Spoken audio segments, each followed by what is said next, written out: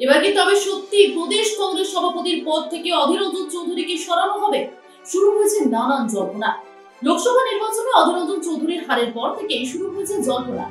কয়েকদিন আগে শোনা গিয়েছে অধীর রঞ্জন চৌধুরী তার নিজের পদত্যাগ পত্র দিয়ে এসেছিলেন দিল্লিতে গিয়ে, কিন্তু দিল্লি থেকে কি সেরকম কোন রকম বার্তা পাওয়া গেছে?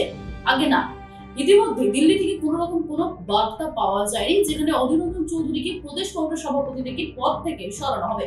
তবে যেমনটা শোনা যাচ্ছে ইতিমধ্যে কংগ্রেসের সভাপতি, প্রদেশ কংগ্রেসের সভাপতির নাম নিয়ে ইতিমধ্যে দিল্লিতে একটি বৈঠক ডাকা হয়েছে এবং তার জেরেই শুরু হয়েছে জল্পনা কল্পনা, যার জন্য ইতিমধ্যে বঙ্গের বিভিন্ন যারা কংগ্রেস নেতৃত্ব রয়েছে তাদেরকে কিন্তু দিল্লিতে তলব করা হয়েছে, দিল্লিতে ডাক পাঠানো হয়েছে ইতিমধ্যে তাদেরকে এবং একটা বৈঠকের ঘোষণা করা হয়েছে। যেমনটা জানতে পারা যাচ্ছে যে চলতি মাসেরই 8 থেকে 10 তারিখের মধ্যে বাংলাতে নিয়ে দিল্লিতে একটি বৈঠক করতে চলেছে কংগ্রেসের তরফে এবং সেই বৈঠকের মাধ্যমে পশ্চিমবঙ্গের প্রদেশ নেতৃত্বের নাম কমপক্ষে 25 জনকে কিন্তু ডাকা হবে বলে সূত্রের খবরে মিলছে। এবং এর পাশাপাশি সম্প্রতি এআইসিসি তরফ থেকে কিন্তু একটি নির্দেশ এসেছে বাংলায়, যেখানে কিনা প্রদেশ কংগ্রেস সভাপতির সঙ্গে তারা মতামত নেয় বলে সূত্রের খবর মিলেছে এবং সেই সূত্র থেকে জানা গিয়েছে বৈঠকে থেকে ফিরে পশ্চিমবঙ্গের বিভিন্ন যে সকল নেতারা রয়েছে তাদের সকলকে ডাকা হয়েছে এবং এই 8 থেকে 10 জুলাইয়ের মধ্যে একটি কংগ্রেসের শীর্ষ নেতৃত্বের বৈঠক হতে পারে বলে জানা যাচ্ছে। একটি বৈঠক আগে হয়েছিল যেখানে কথা হয়েছিল পশ্চিমবঙ্গের যিনি প্রদেশ কংগ্রেস সভাপতি কে হবেন তা নিয়ে যাবতীয় সিদ্ধান্ত নেবেন যিনি সর্বভারতীয় স্তরে রয়েছেন ইতিমধ্যে সভাপতি মাল্লিকার্জুন খাড়গে, তিনি কিন্তু সিদ্ধান্ত নেবেন বলে জানা গিয়েছিল।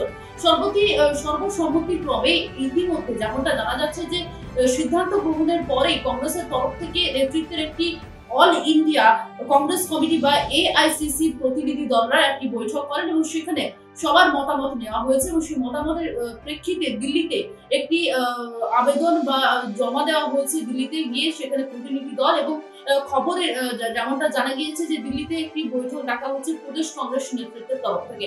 ইতিমধ্যে যেমনটা জানা যাচ্ছে সব থেকে বড় খবর এখানে যেটি পাওয়া যাচ্ছে যে এবার কি তবে প্রদেশ কংগ্রেস সভাপতিতে রদবদল করতে চলেছে? অধীর জমানা যে দীর্ঘদিনের যে জমানা সেই জমানার কি তাহলে এবার রদবদল হবে? নতুন কি কোনো মুখ আসতে চলেছে বাংলার কংগ্রেসের রাজনীতিতে? তা নিয়ে কিন্তু জল্পনা ঘুরপাক খাচ্ছে পুরো রাজনৈতিক মহলে, কারণ ইতিমধ্যে যে তারিখের মধ্যে ডাকা হয়েছে বাংলার 25 জন যারা নেতৃত্ব রয়েছেন তাদেরকে, তার মধ্যে কি তাহলে নতুন কোনো নাম আসছে? কারণ যে অধীর গড়ের জমানা ছিল দীর্ঘদিনের, সেই লোকসভা নির্বাচনে আমরা হার দেখেছিলাম এবং তারপরে বারে বারে গুঞ্জন কিন্তু বিভিন্ন রাজনৈতিক মহল থেকে শুরু করে বিশেষজ্ঞরা মনে করছেন তবে এবার অধীর জমানার যে এত দীর্ঘদিনের যে একটা রাজনীতি ছিল বা রাজনৈতিক মতাদর্শ তার ছিল, সেই যে প্রদেশ কংগ্রেস সভাপতি সেই দিনের কিন্তু শেষ হতে আসছে বলে মনে করছেন অনেকে। যদিও এই বিষয়ে অধীর রঞ্জন চৌধুরীকে প্রশ্ন করা হয়, তিনি কিন্তু সরাসরি বলেছেন পুরোপুরিভাবে এটি দলের সিদ্ধান্ত, দল যা সিদ্ধান্ত নেবেন তিনি তা মেনে নেবেন। তিনি এখন বর্তমানে একজন অস্থায়ী সভাপতি, যদি নতুন কোনো মুখ আসে বা নতুন কোনো নাম আসে তিনি গ্রহণ করে নেবেন। এখন দেখার বিষয় এই রাজ্যের প্রদেশ কংগ্রেস সভাপতি কে হচ্ছেন, অধীর রঞ্জন চৌধুরী থেকে যাচ্ছে নাকি অন্য কেউ নতুন কোনো মুখ আসছে কংগ্রেসের এই বাংলায় প্রদেশ কংগ্রেস সভাপতি হিসেবে, সেদিকে আমাদের সকলের নজর থাকবে।